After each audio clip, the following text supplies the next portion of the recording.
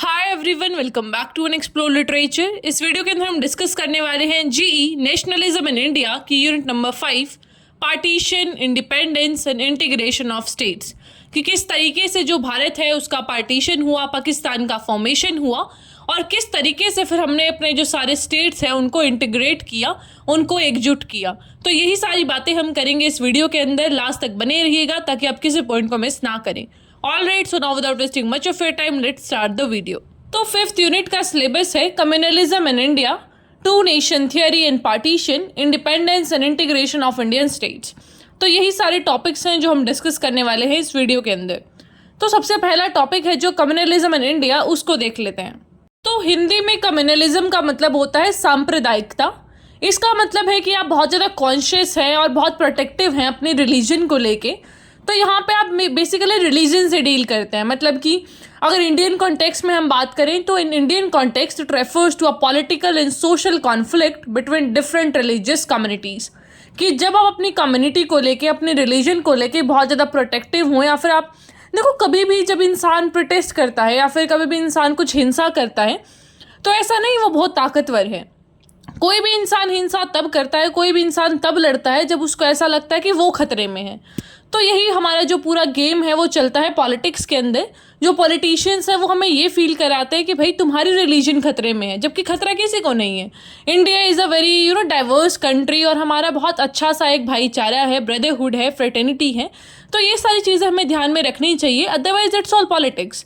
तो वही आ जाता है कम्युनलिज्म के अंदर कि जब आप ये फील करना शुरू कर दें कि यार मेरी रिलीजन को तो खतरा है, मेरी कास्ट को तो खतरा है, तो ये सारी चीज़ें हैं जो बहुत ज़्यादा उभरने लग जाती हैं। तो इंडिया के अंदर जो पॉलिटिक्स और रिलीजन है उनका इंटरप्ले जब होता है तो प्रॉब्लम्स बहुत ज़्यादा बढ़ती हैं। और ऐसा नहीं है कि ये समस्या आज से आई है या फिर कल से आई है, ये काफ़ी सालों पुरानी प्रॉब्लम है। इसकी कॉलोनियल लेगेसी भी है। मतलब कि जब ब्रिटिशर्स आए तो उन्होंने देखा कि भाई देखो ऐसा तो इस देश से नहीं लड़ा जा सकता है, अगर इनके खिलाफ लड़ना है तो फूट डालनी पड़ेगी। तो what they started doing this thing कि मुस्लिम्स को अलग चीज़ें बताना, हिंदूज़ को अलग चीज़ें बताना। तो इस तरीके से उन्होंने एक दूसरे को लड़वाया and that's how they looted us. तो ब्रिटिश रूल की बात करें तो वहाँ पे ही सारे जो सीड्स है कम्युनलिज्म का, पार्टीशन का, वो बो चुका था। मतलब कि क्या हुआ था कि इस तरीके से उन्होंने अपनी सारी पॉलिसीज़ को शेप किया था। जैसे कि पार्टीशन ऑफ बंगाल हुआ तो 1905 में इन्होंने क्या बोला ब्रिटिशर्स ने कि यार ये जो बंगाल है ना ये बहुत बड़ा है, इसको हमें आधा करना पड़ेगा, मतलब 2 भाग करने पड़ेंगे इसके, तभी हम इसको रूल कर सकते हैं। लेकिन इसका मेन कारण ये था क्योंकि वहाँ पे हिंदू और मुस्लिम दोनों मिलकर अंग्रेजों के खिलाफ लड़ रहे थे and that was the problem. जो उनको ये लग रहा था कि अगर ये इकट्ठे लड़ते रहे तो हमें हरा देंगे। तो वही चीज़ है जो हमें अभी भी समझनी चाहिए कि किस तरीके से जो रिलीजन है उसको हमारे खिलाफ यूज़ किया जाता है, बल्कि जो रिलीजन है उसको यूज़ करना चाहिए सारी टीचिंग्स के लिए, एजुकेशन के लिए। कोई वायलेंस होगा ही नहीं क्योंकि कोई भी रिलीजन है जो that doesn't teach us the violence. जो भी ये सारी बातें आपको बता रही हूँ ये आपको 10 मार्कर लिखने में बहुत ज़्यादा हेल्प करेंगी। जब आप ब्रिटिशर्स का पर्सपेक्टिव डालेंगे, फिर आप इंडियन गवर्नमेंट का पर्सपेक्टिव डालेंगे, अभी पॉलिटिक्स में क्या चल रहा है आप उसका पर्सपेक्टिव डाल सकते हैं। तो इससे आपको काफ़ी ज़्यादा कंटेंट मिल जाएगा। तो अगर हम कम्युनलिज्म की थोड़ी सी डेफिनेशन की बात करें तो कम्युनलिज्म का मतलब होता है जब आपकी आइडेंटिटीज़ को मैनिपुलेट करके दिखाया जाता है, ये दिखाया जाता है कि आप एक दूसरे से अलग हैं, कि आप एक दूसरे के साथ नहीं रह सकते हैं, आपके अंदर तो इतने डिफरेंसेस हैं, ये लोग तो ये करते हैं, आप लोग तो ये करते हैं। तो वो वाला जो कॉन्सेप्ट चलता है ना, उससे फिर बहुत ज़्यादा सेग्रीगेशन आ जाता है, मिसट्रस्ट आ जाता है इंटर कम्युनिटी रिलेशनशिप्स के अंदर।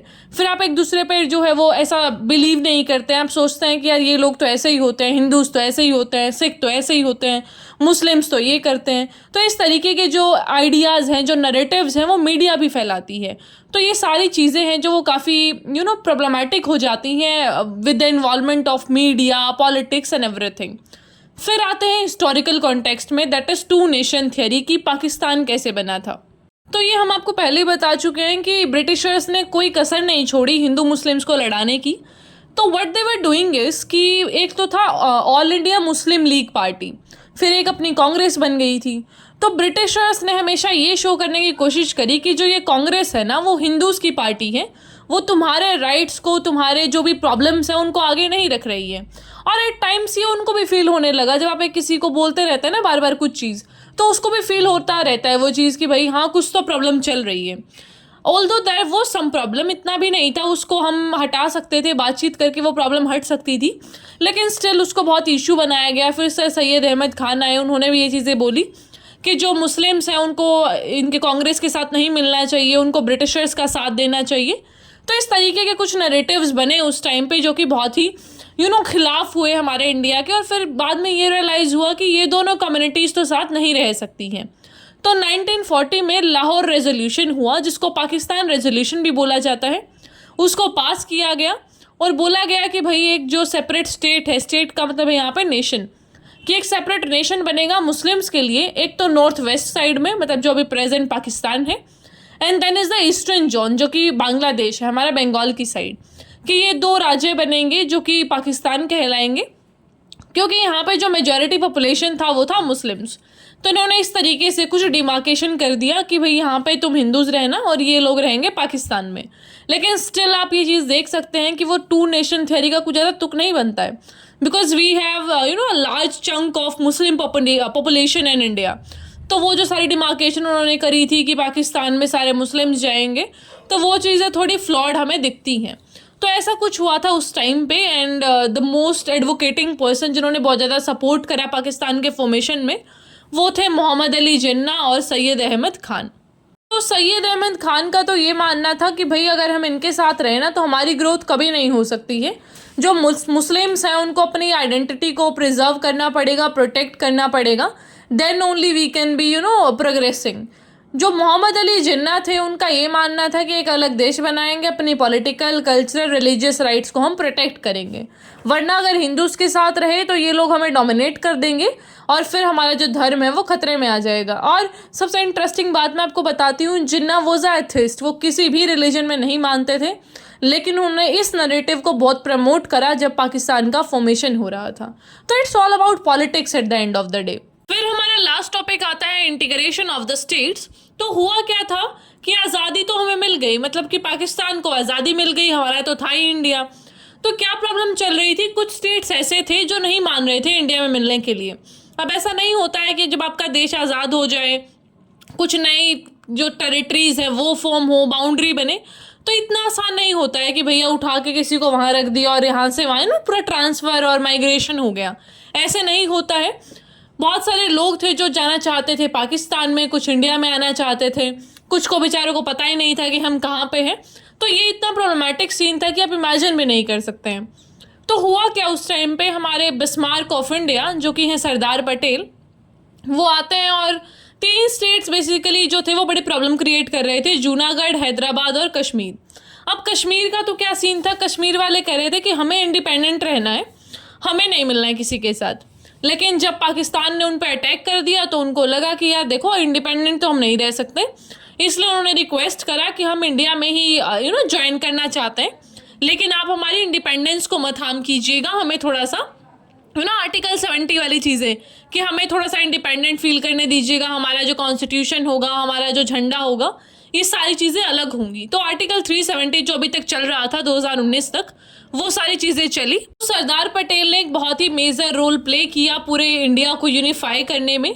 जूनागढ़ में भी इन्होंने बहुत सारे नेगोशिएशंस करे, हैदराबाद में भी इन्होंने ऐसा बड़ा मनाने की कोशिश करी निज़ाम को, पर वो नहीं माने। तो एट द एंड उन्होंने पुलिस फोर्स का यूज़ किया। पुलिस फोर्स का मतलब है यहाँ पे आर्मी से, कि उन्होंने आर्मी का हेल्प लिया टू परसुएड द पीपल कि भैया आप इंडिया में आ जाइए। एक तरीके से ये था कि भैया आप एक हैदराबाद को आप सोच के देखिए, बीच सी का पार्ट है वो इंडिया का, उसमें अगर आप पाकिस्तान डिक्लेयर कर देंगे या फिर उसको इंडिपेंडेंट डिक्लेयर कर देंगे तो सारे साउथ से आपका जो कनेक्शन है वो थोड़ा सा डिसमेंटल हो जाएगा, हैम्पर हो जाएगा। तो वो सारी चीज़ें सोची गई कि देखो ऐसा तो नहीं हो सकता है, आपको बाय हुक और क्रुक आना ही पड़ेगा इंडिया के अंदर। तो ये सारी चीज़ें करी गई, इंस्ट्रूमेंट ऑफ एक्सेशन साइन किए गए। तो ये इंस्ट्रूमेंट ऑफ एक्सेशन का मतलब है एक लीगल डॉक्यूमेंट जो कि अलाउ करता है किसी भी स्टेट को इंडियन टेरिटरी में जुड़ने के लिए। तो इस तरीके से पूरा हमारा जो भारत है उसके स्टेट्स का इंटीग्रेशन हुआ। सरदार वल्लभ भाई पटेल जी का जो कंट्रीब्यूशन है उसे तो आप बिल्कुल भी इग्नोर कर ही नहीं सकते हैं। तो यहाँ पे along with him VP Menon was also the one जिन्होंने काफ़ी ज़्यादा क्रूशल रोल प्ले किया था इंटीग्रेशन प्रोसेस में। हैदराबाद का जैसे कि मैंने आपको बताया कि निज़ाम नहीं मान रहे थे, तो ऑपरेशन पोलो चलाकर सितंबर 1948 में हमने हैदराबाद को बाय फोर्स इंटीग्रेट करवाया। जूनागढ़ की बात करें तो जो नवाब थे जूनागढ़ के, वो एक मुस्लिम रूलर थे। तो बेसिकली जो जूनागढ़ का एरिया है ना, वहाँ पे वो है मुस्लिम पॉपुलेशन ज़्यादा है। तो वहाँ पे जब भी उन्होंने बात करी तो इट वाज डिसाइडेड कि ठीक है भैया, हम यहाँ पे प्लेबिसाइड से डिसाइड हुआ, मिलिट्री इंटरवेंशन भी हुआ कि ठीक है हम इंडिया को ही ज्वाइन कर रहे हैं। तो इस तरीके से पूरी मशक्क़त के साथ हमने पूरा जो इंटीग्रेशन है वो किया स्टेट्स का। All right, so this was all about this unit number 5। आप इन्हीं टॉपिक्स पे एक्स्ट्रा मटेरियल पढ़ सकते हैं, पर इससे बाहर कुछ नहीं आता है। टॉपिक वाइज क्वेश्चंस आते हैं, तो ज़्यादा डीप में पढ़ने की ज़रूरत नहीं है। This is more than enough. और आप खुद भी बना के लिख सकते हैं, इसलिए मैंने ज़्यादा सा प्रिसाइज डेट्स या फिर नेम्स उन पे ध्यान नहीं दिया है, क्योंकि it's all about a theoretical paper जहाँ पे आप लिखने वाले हैं। All right, so I will meet you next video.